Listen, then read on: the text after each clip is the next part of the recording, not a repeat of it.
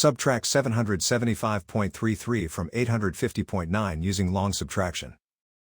Line up the decimal points in the same column. Add placeholder zeros so both numbers have the same number of decimal places. We work from right to left and finish one column before moving to the next. In the hundredths column, 0 is less than 3, so we need to borrow. Borrow 1 from the tenths column. 9 becomes 8. The 0 in the hundredths column becomes 10. In the hundredths column, 10 minus 3 is 7. In the tenths column, 8 minus 3 is 5. In the ones column, 0 is less than 5, so we need to borrow. Borrow 1 from the tens column. 5 becomes 4.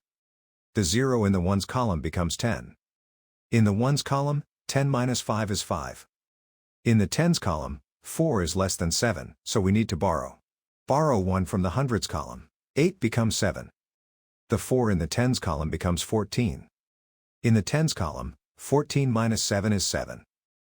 In the hundreds column, 7 minus 7 is 0, so no leading 0 is written. Bring the decimal point straight down into the answer. The final result is 75.57.